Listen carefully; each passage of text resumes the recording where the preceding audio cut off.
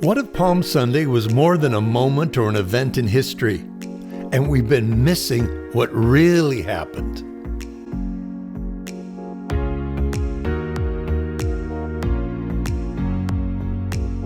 Hey friend, Jesus' triumphant parade into Jerusalem appears simple on the surface, yet it carries a depth that reaches into heaven. Matthew 21, 8-9 says, "Most of the crowd spread their garments on the road ahead of him, and others cut branches from the trees and spread them on the road, and Jesus was in the center of the procession." You see, Palm Sunday is one of those sacred moments where what was seen on earth is only a prototype of what was already happening in heaven.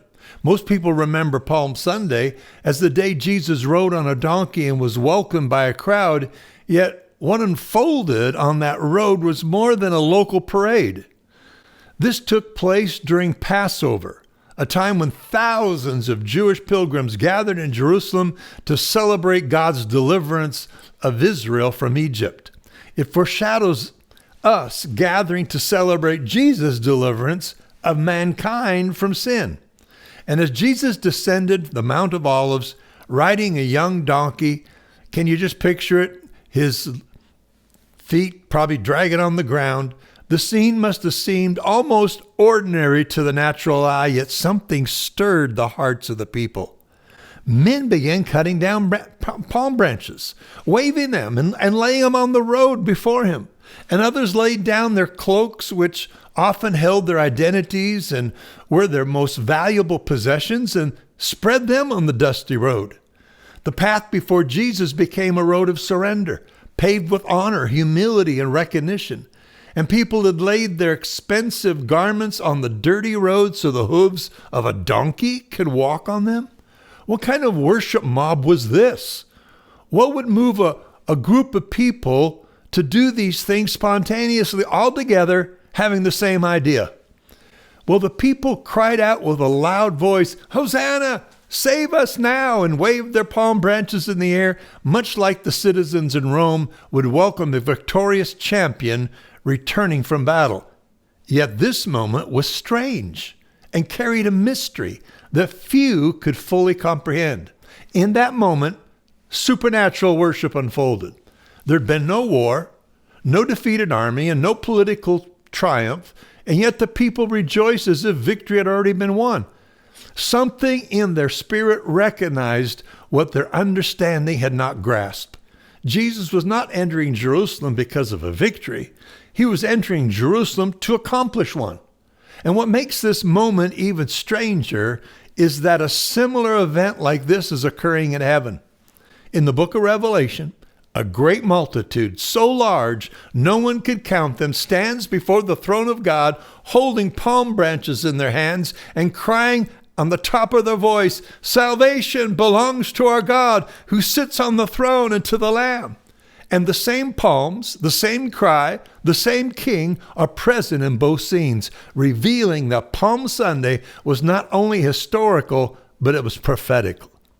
Now this means that praise on that road in Jerusalem that day was not initiated by man, but was a God event, a reflection of something already established in heaven. And for a brief moment, earth aligned with heaven, and the voices the people joined in declaration that has already been resounding before the throne. They believed they were welcoming a king into the city, and yet in reality they were participating in heavenly worship that would continue forever. Now this truth should reform how we understand worship today.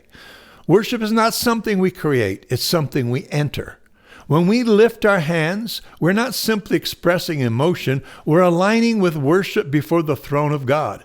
And when we declare the greatness of God, we're not beginning a song, we're joining one that's never ceased. Palm Sunday reveals that true worship is both the recognition and surrender, a response of a heart that acknowledges who Jesus is and yields everything before him. Thousands that day hailed him, singing and shouting, "Hosanna, save us." The people expected Jesus to establish a political kingdom and overthrow the Roman rule. But instead, he was preparing for a spiritual battle to conquer sin and death. Palm Sunday is a time to remember the journey to the cross, what his sacrifices mean to us. It was the beginning of Holy Week leading to Good Friday and Resurrection Sunday. And perhaps you find yourself today in a place where the outcome is not yet visible, where the victory has not fully appeared, and where the road ahead feels uncertain. Well, Palm Sunday reminds us that God often moves toward fulfilling long before we recognize what he's accomplishing. The crowd did not yet understand the cross, but heaven already knew the resurrection. And in the same way, what feels incomplete in your life is not uncertain to God. And what appears to be delay may actually be a divine positioning of a greater revelation for his purpose. So today, I encourage you to respond as they did, not with hesitation, but with wholehearted surrender.